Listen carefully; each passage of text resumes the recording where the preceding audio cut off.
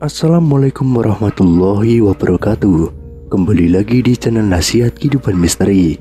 Pada video kali ini saya akan membahas tentang Borobudur adalah bunga teratai. Candi Borobudur telah diakui sebagai warisan dunia UNESCO dan situs arkeologi Buddha terbesar di dunia oleh Guinness World Record. Namun terlepas dari semua pengakuan ini, candi ini masih menyimpan sejumlah misteri yang belum terpecahkan. Candi Borobudur yang terletak di Kabupaten Magelang, Jawa Tengah ini selama berabad-abad terkubur di bawah gundukan tanah, menjadi serupa bukit penuh dengan semak belukar dan ditumbuhin pohon akibat letusan Gunung Merapi. Lantas pada tahun 1814, atas peran Gubernur Jenderal Britania Raya Thomas Sandford Raffles, candi ini mulai menjadi perhatian pemerintah kolonial. Raffles jugalah yang pertama kali menuliskan nama Borobudur dalam bukunya History of Java. Borobudur memang masih banyak menyimpan misteri, seperti bagaimana cara membangunnya, dari mana asal batu tersebut, lalu bila batunya berasal dari Gunung Merapi, bagaimana cara membawanya, mengangkatnya, dan juga menyusunnya. Letak Borobudur yang juga tidak biasa, berada di atas bukit, dikelilingi oleh dua pasang gunung kembar, Sindoro Sumbing dan Merbabu Merapi. Padahal candi lain dibangun di tanah yang datar, juga menjadi teka-teki yang belum terjawab. Pada tahun 1931, seniman dan pakar arsitektur Hindu-Buddha W.E.J. Newenkam mengajukan sebuah teori bahwa dataran Kedu, lokasi Borobudur berdasarkan legenda Jawa, dahulunya adalah sebuah danau purba. Borobudur dibangun melambangkan bunga teratai yang mengapung di atas permukaan danau. Ini menjadi sebuah hipotesis yang disambut perdebatan hangat oleh kalangan para ilmuwan saat itu. Dalam bukunya Feat Borobudur Mir atau Danau Borobudur, Newenkam beranggapan desain arsitektur Candi Borobudur pada dasarnya merupakan bentuk representasi dari bentuk bunga Padma atau lotus, simbol kesucian dalam Buddhisme. Desain bangunan ini diibaratkan menyerupai ceplok bunga teratai dengan daun dan bunganya mengelilingi bakal buah yang terletak di tengah-tengah kolam, tulis Newenkam. Pada awal tahun 1932, Newenkam kembali menulis opininya di jurnal Netherlands in the Old and New.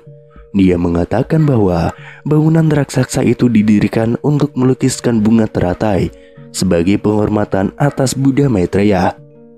Menurutnya secara mitologis, sosok ini dinarasikan lahir dari rahim bunga teratai. Borobudur ialah bangunan bunga teratai raksasa dari jutaan kubik batu andesit yang menyempul di tengah sebuah danau.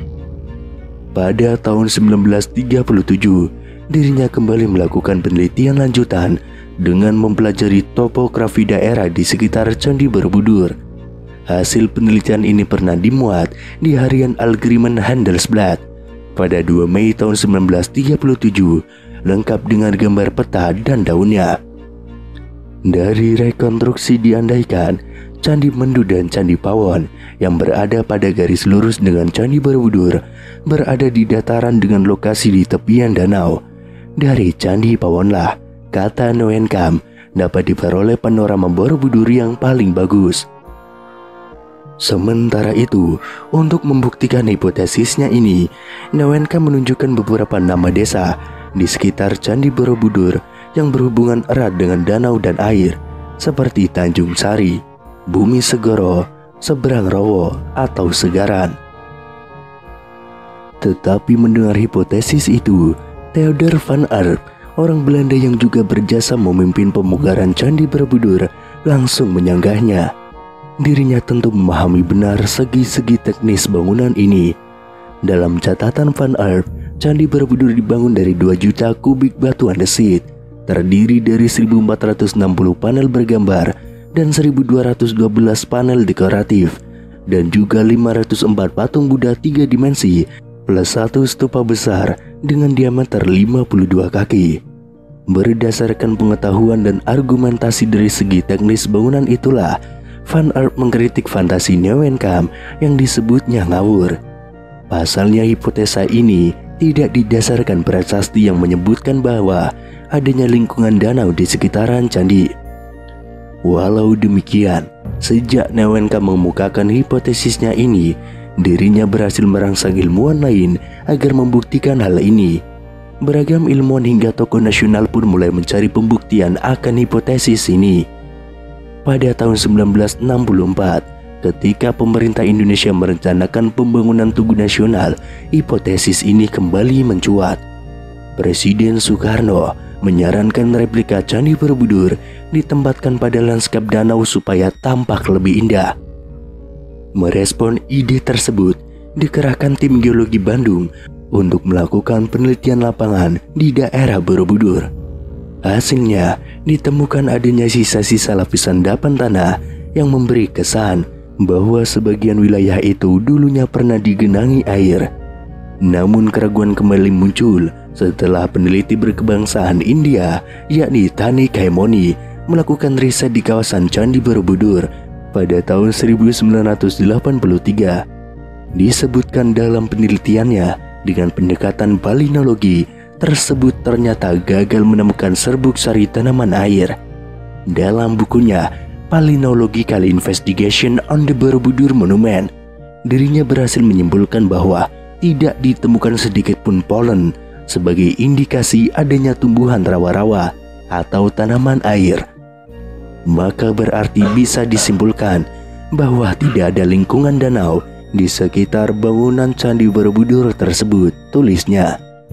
Tetapi pada tahun 1986, wacana danau di sekitar Candi Borobudur kembali mengemuka. Setelah adanya riset dari J.J. Nosin dan Cesar Voute, mereka menggunakan analisis geoformologi berdasarkan interpretasi foto udara plus observasi lapangan.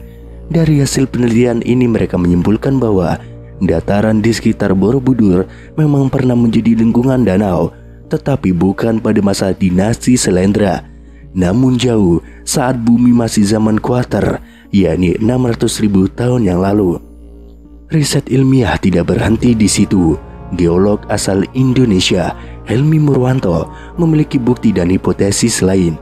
Dengan pendekatan geologi, dirinya justru menemukan endapan batu lempung yang mengandung serbuk sari tanaman komunitas rawa.